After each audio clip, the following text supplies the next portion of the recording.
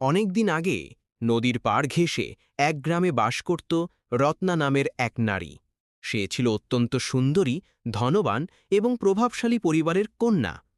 ছোটবেলা থেকেই তার সবকিছু অন্যদের চেয়ে আলাদা ছিল। দামি কাপড়, রঙিন গহনা আর অঢেল অর্থ। গ্রামের মানুষ তার সৌন্দর্যের প্রশংসা করত, কিন্তু ধীরে ধীরে রত্নার মনে অহংকার জন্ম নিল। সে মনে করতে লাগল পৃথিবীতে তার চেয়ে সুন্দর, বুদ্ধিমান বা যোগ্য কেউ নেই। কোনো গরিব মেয়ে সামনে এলে সে মুখ ফিরিয়ে নিত, তাদের সাথে কথা বলতে লজ্জা বোধ করত। এমনকি গ্রামের মায়েরা যদি তাকে কোনো পরামর্শ দিতে চাইত, রত্না তাদের তুচ্ছ জ্ঞান করত। তার একটাই বিশ্বাস, মানুষের দাম তার রূপ আর ধনে। এমন এক সময় এলো যখন গ্রামে এক নতুন শিক্ষক আসলেন। নাম ছিল সাদিক। তিনি ছিলেন জ্ঞানী, বিনয়ী এবং সৎ। তিনি গ্রামের শিশুদের পড়াতেন এবং অসহায় মানুষকে সাহায্য করতেন। অল্পদিনের মধ্যেই গ্রামের সবার শ্রদ্ধা পেলেন। রত্না মনে মনে ভাবল, সাদিকও নিশ্চয়ই তার সৌন্দর্যে মুগ্ধ হবে। তাই একদিন সেজেমুজে তিনি স্কুলে গেলেন। কিন্তু অবাক হয়ে দেখল, সাদিক তাকে অন্য সবার মতোই সম্মান দিলেন, আলাদা করে একটুও বাড়তি মনোযোগ দিলেন না।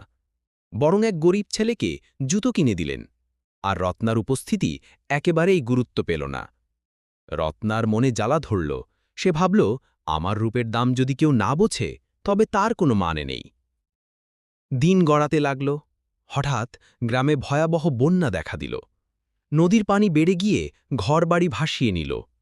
সবাই দিশেহারা হয়ে পড়ল। সেই সময় সাদিক ও গ্রামের কয়েকজন যুবক নৌকা নিয়ে মানুষ বাঁচাতে বের হল। অথচ রত্না নিজের গহনা আর কাপড় বাঁচাতে ব্যস্ত ছিল। যখন পানি তার বাড়ির চারপাশে ঢুকে গেল, তখন বুঝল ধন সম্পদ কিছুই কাজে আসছে না। অবশেষে সে সাহায্যের জন্য ডাক দিল। তখন সাদিকই তাকে নৌকায় তুলে প্রাণ বাঁচালেন।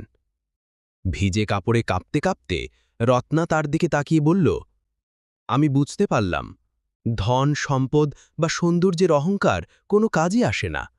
মানুষের আসল দাম তার চরিত্র আর কর্মে। এরপর থেকে রত্না বদলে গেল।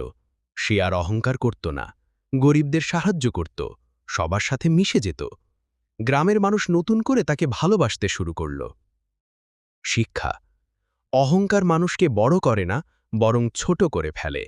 বিনয়ী মানুষই আসল সম্মান পায়।